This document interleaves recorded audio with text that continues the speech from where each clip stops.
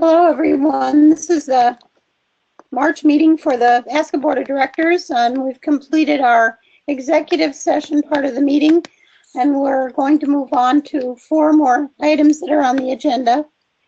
And the way we do this is when we have something to discuss, we usually take turns going around the room, and each director gets something to say. So you'll hear us do this in the process. And we have the 4 agenda items are ratify the January email business, system update report from Rachel on the system update, communicable disease rule, and that will be brought to us by Liz, and the survey request from 2 different doctors that want to publicize something to ASCA, a survey to ASCA members. So we'll be discussing those 4 things, I'm sorry. So the first item is ratify February email business. We need a motion about that. I so move to ratify the February email business. Second, Linda. Okay, second by Linda. So Jean made the motion and Linda seconded it to ratify the February email business. Is there any discussion? Okay, then all in favor say aye. Aye. Aye. Aye. Any opposed say nay. Are there any abstentions? The motion carries. System update report from Rachel. Not a lot's going on right now on the system update. We did approve to set up for the system maintenance, the monthly maintenance, as well as hopefully to find a vendor that could provide maintenance and looking forward for future updates of the system. So we're searching for a vendor to fulfill those roles even as we speak. On the system update committee, we are searching for members for that committee, but have not identified anyone today. So that's ongoing. That's all I have for the system update this month. Thank you, Rachel. Are there any questions? Okay, thank you. We'll move on to the communicable disease rule from Liz. Okay, this is Liz. The subcommittee for the revision of the communicable disease rule thought that it would be a good idea to add this topic to the agenda to, so that we could answer any questions that the board may have, or discuss whatever the board thinks is necessary to discuss. The subcommittee consisted of 1 ASCA member, John Cunningham, whose assistance was extremely valuable, and then 3 directors, Laura, Rachel, and myself. We read a lot of scientific literature. We sought the opinions of several veterinarians and scientists before writing the proposed rules. The main goals of the subcommittee were to write a rule that is more in tune with current knowledge about canine disease. Also to provide the board with more flexibility in such cases, to create specific procedures for affiliate clubs, and also for to establish reporting procedures for owners that wish to let ASCA know if their dogs may have acquired a disease at a show site, or may have gone to a show site before symptoms presented themselves. So there are 2 forms that go with that, 1 for affiliates and 1 for owners. And the rule did not get rid of the possibility of a quarantine. We thought that the board needs to have this option available. However, we hope it's going to be a rare occurrence. This is mostly a concern after nationals, although it could happen elsewhere. If ASCA gets notified of a sick dog, it will immediately inform the membership. That way competitors are aware and can be on the lookout for symptoms. If it looks like more dogs are getting sick and the board determines that a quarantine is necessary, it has the flexibility to decide for how long, depending on the specific disease and the circumstances. So that's basically it. If Laura and Rachel want to add something.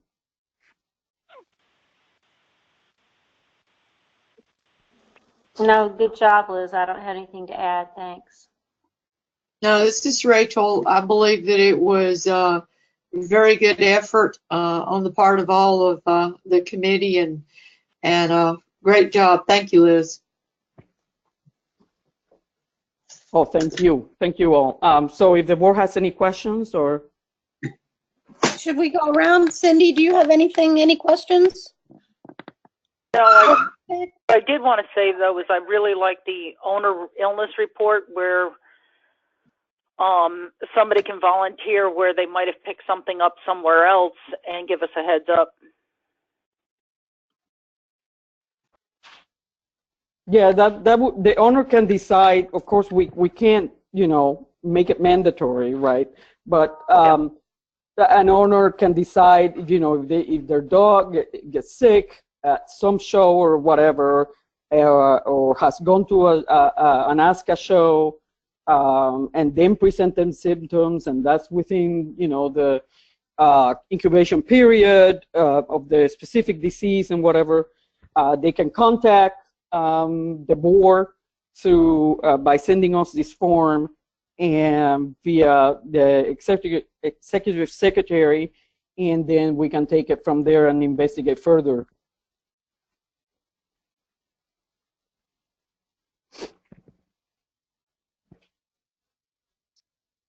Okay, Denise, do you have anything, any questions or any feedback? No, I think it sounds like they've all done a pretty good job on the thought process of it. So I'm good with it. Thank you. Jane, do you have anything? I think it sounds great. Thank you, guys. Ken, do you have anything? Yes, I'm still concerned about the affiliate. I'm thinking of this in the way that the membership and the affiliates interact over these issues. And I see a problem if you're going to ask the affiliates to decide whether or not a dog needs to be excused for illness, and then people are going to be upset, going to run and do what we just witnessed. They're going to go get a vet to say the dog's not ill, and then they're going to come back and the affiliates got to write them a check for their entry fees. They've got to refund them their entry fees. I think what I would like to see is some protection for the affiliate club. I mean, the affiliate club members are not veterinarians, but they can tell whether a dog is or is not symptomatic. They're not going to make a diagnosis. I think it's punitive to, after the club does its due diligence, that the member takes their dog and then comes back, and we don't normally give refunds because there's expenses to putting on a show. So I think the first order of business for entering a show and using this rule is if your dog is coughing or something, you stay home, or you don't bring that dog. But that's not the way it works. I mean, we're talking about this is going to be logical, but the pitfall here is that perhaps the clubs are not going to excuse dogs who rightfully should be excused because of the fact that they don't want to be disadvantaged with this refunding money thing. So I am concerned about that. I think the affiliates, it's going to be difficult for them. I don't see ASCA, the national organization, giving the affiliates any assistance or tools to work with this new process. And I really wish that we would address this instead of just saying we think it's okay. So that's my input. Ken, can you share your concerns with the committee so that they can consider that? Anne, can I address that? Yes, please. And we debated this quite a bit about the idea of the refund. And the thought was we wanted to protect the exhibitor also. And the exhibitor has recourse if they were dismissed unfairly. They can go to the vet and they can, a validation that their dog was not sick. But we wanted to make sure there was a concern about possible vindictiveness where people are asked to leave that maybe their dog really isn't sick. So that's why we gave some recourse to the exhibitor for false dismissal. I mean, we did discuss. Anne or Rachel, do either one of you want to make a comment? This is Rachel. Well, and it was exactly by stating that the affiliates would have to refund the money that we thought that might actually be a preventative from some affiliates not taking punitive steps against certain people. And we all know that that's happened before. And so if there's something in there that protects not only the affiliate as well as the contestants, because we understand the affiliates have costs. What about the contestants that made the drive? What about the motel rooms? What about their fuel? So there's cost all the way around. And I do not believe that we were flagrantly not supporting the affiliates by adding this in. I think we were trying to support both our affiliates and the contestants. This is Liz. Can I say something too? Yes, please. Yeah, what we tried to do was to strike a balance between the affiliate club, what's good for the affiliate club, and what's good for the competitor. The refund is conditional, right? And we know that affiliate clubs are not vets, that therefore they're making the best decision that they can. But we're also making it clear in this rule that they must follow the conflict resolution protocol to the letter, and also that they immediately contact the board so that the board is now aware of the situation from the very beginning, rather than, say a month later, we come back with some, complaint or conflict resolution issue or whatever. So it gives the board some, not only the heads up, but it also, like I said, tries to strike a balance between the two. Thanks. Well, that sounds good, except that I don't think the refund is conditional. I think the refund is made mandatory in your new rule. If a person takes their dog to a vet and that vet does not agree and it says that dog is not ill, there's no conditions. They go back and they say, refund my entry fee money. I think that what's happened is you've conflated two issues.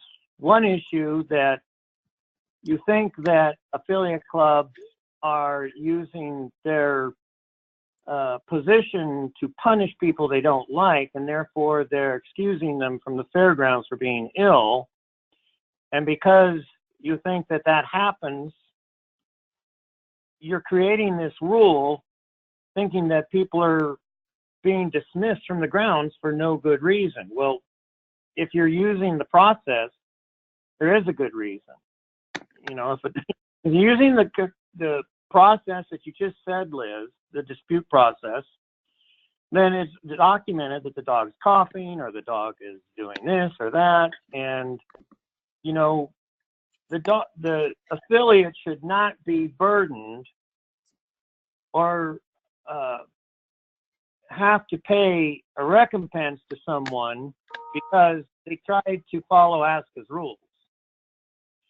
And we're not supposed to presume that the affiliates are acting badly to begin with. I mean, they've got a job to do.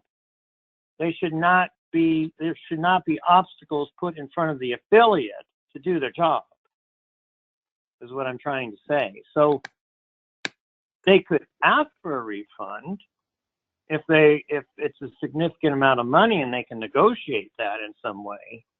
But I think to flat say that if the affiliate follows the dispute process and documents that the dog was symptomatic and they're excusing it for the protection of everyone, people should not come back against the affiliate for making their best, doing the best they could. And I think that until you address that issue, I think this is incomplete. Ken, you're saying, let's say that my dog, this is Laura, let's say my dog was at the show and I was asked to go home because they thought my dog was sick. And if I went to the vet to confirm that my dog was not sick, I would have paid like $75 for that visit probably to get $15 back. So I don't know. I don't see this as a tremendous burden on the affiliate. In fact, I think it's really still more of a burden on the exhibitor. And when she said conditionally, it's conditional on a vet clearing the dog. Thank you.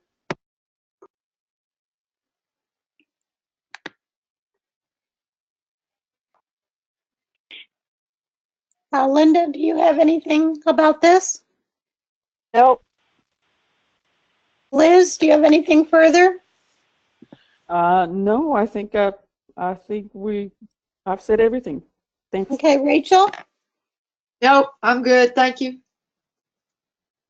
Okay, so what's the next step with this? Well, the next step is that I guess we'll reconvene. We'll talk and maybe send a motion. We'll see. Okay.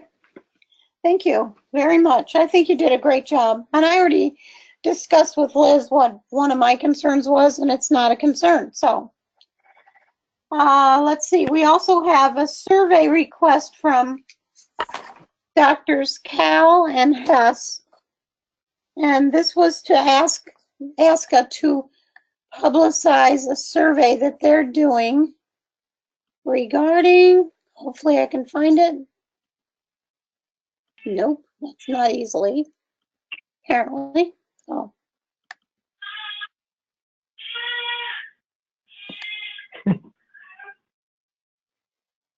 Okay. That wasn't too much of an interruption, having a lamb dying. It's kind of fun for an ASCA meeting. They want to do a research project at the University of Pennsylvania Vet School, and they need 1,000 dog owners to complete their short survey, which is a 5-minute online survey. And then they gave us the URL so we could go check it out. And they want to know if they can put this. It's regarding. Let's see. It's about diabetes. Do they ever? No, it's diabetes. Okay, so they wanted to be able to have us put the link out there so that our members could take this to help with their research. And we had discussed it and we're trying to deal with it in consensus, but we had someone who asked it to be on the agenda because they had a concern. So do we want to discuss that?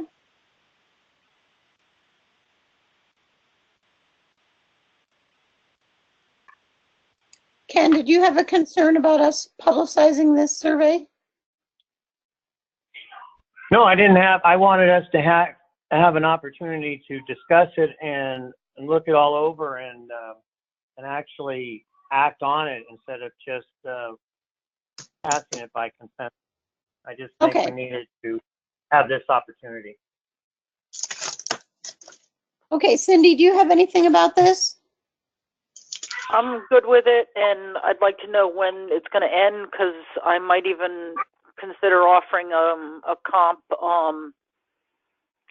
thing in the Aussie Times, and with anyone doing something that might help. I guess we would have to ask them when it's going to end. Yeah, but I'm good with sending it out. Okay, Denise? That's a great thing, Cindy. I'm good with it. I think the more activity and the more involvement with all the different breed clubs, the better the results will be. So go for it. Okay, thank you. Jean? I fully support it. Thank you. Okay, thank you. Ken?